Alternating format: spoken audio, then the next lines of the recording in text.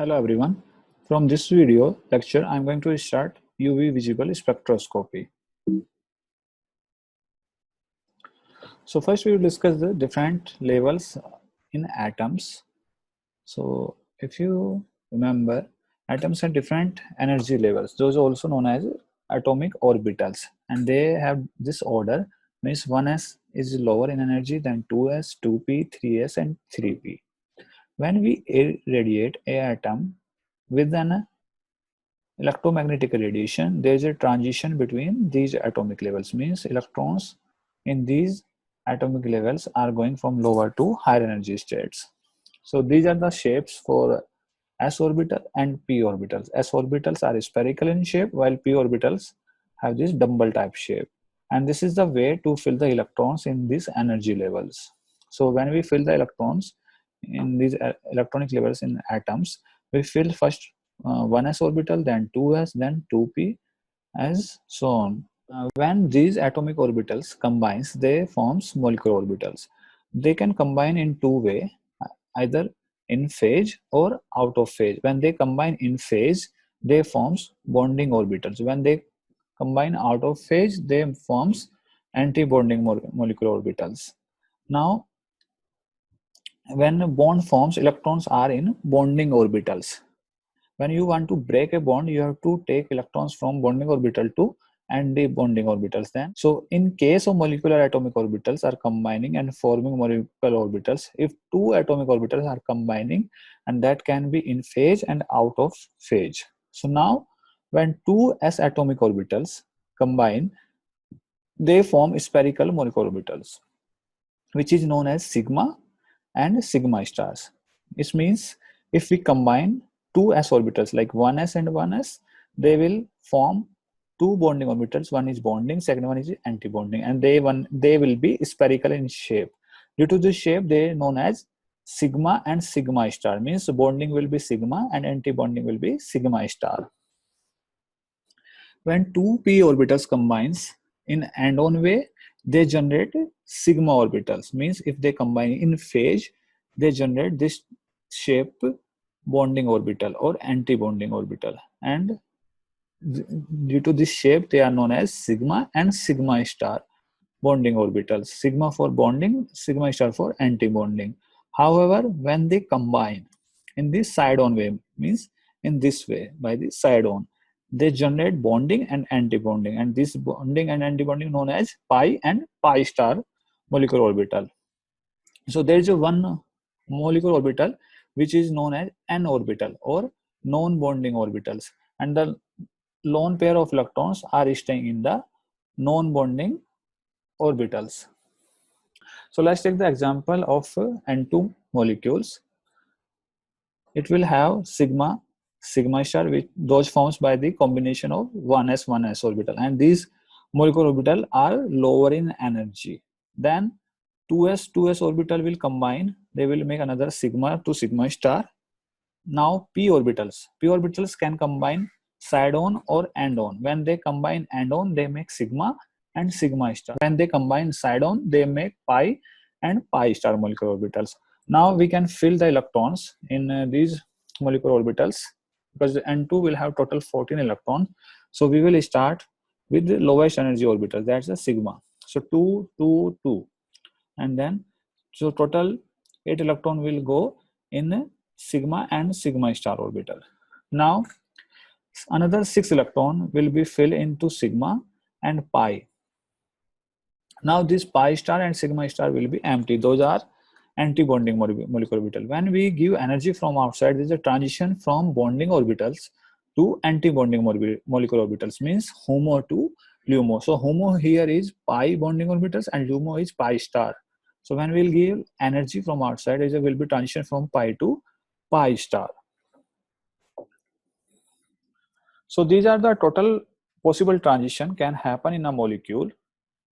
Electrons can transit from sigma to sigma star, sigma to pi star, pi to pi star, and pi to sigma star, or n to pi star and n to sigma star. So these are the all possibility for the transition of electrons in a molecule.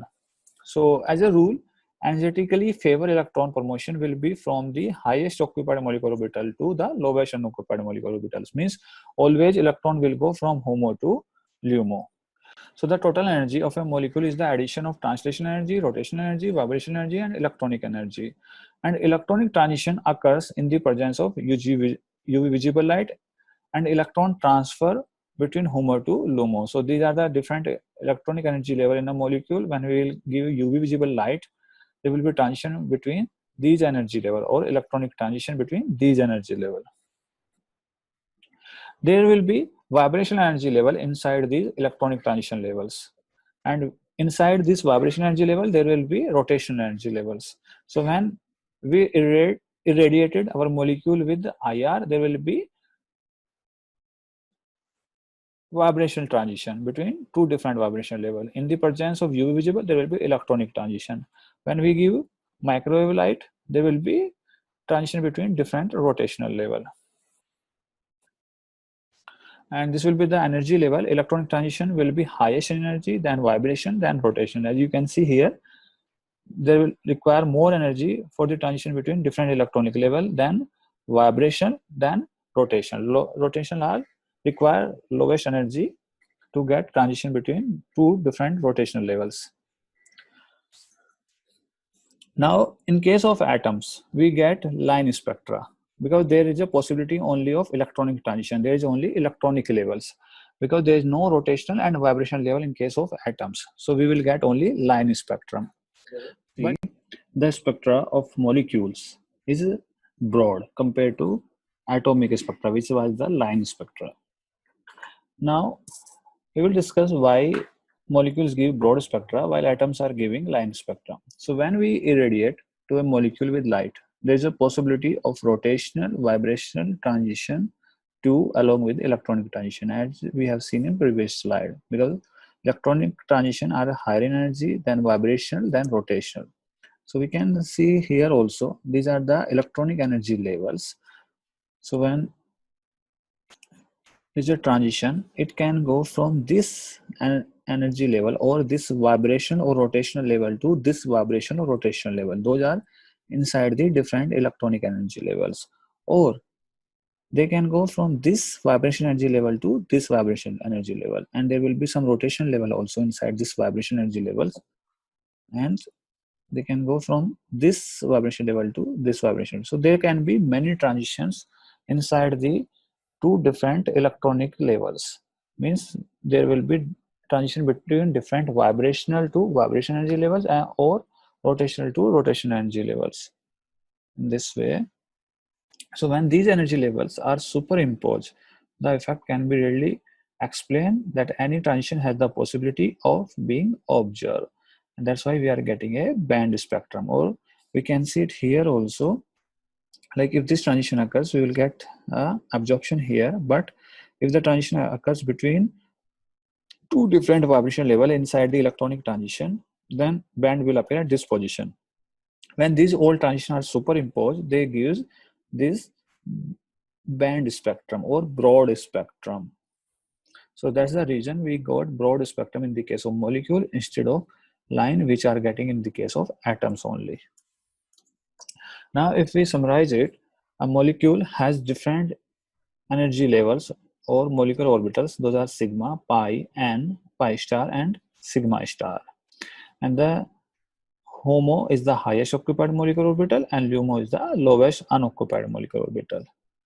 And when we see the sigma and pi are the bonding molecular orbital, n is the non-bonding molecular orbital, and pi star and sigma star are the anti-bonding molecular orbital. There's an energy difference around 125 to 650 kilojoule per mole. And this energy difference corresponds to UV visible region, means 100 to 350 nanometer and 350 to 700 nanometer.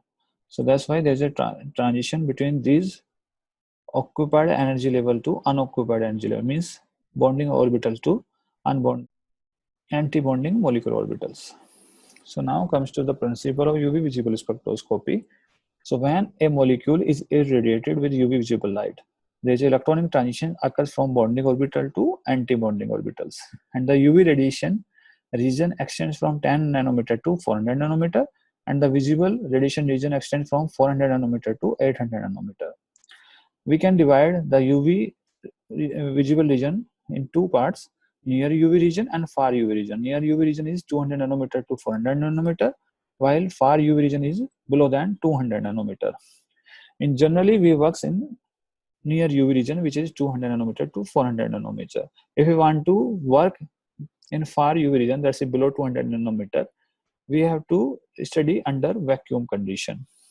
So mostly instruments works in the near UV region. And the common solvent used for preparing sample to be analyzed is either ethyl alcohol or hexane.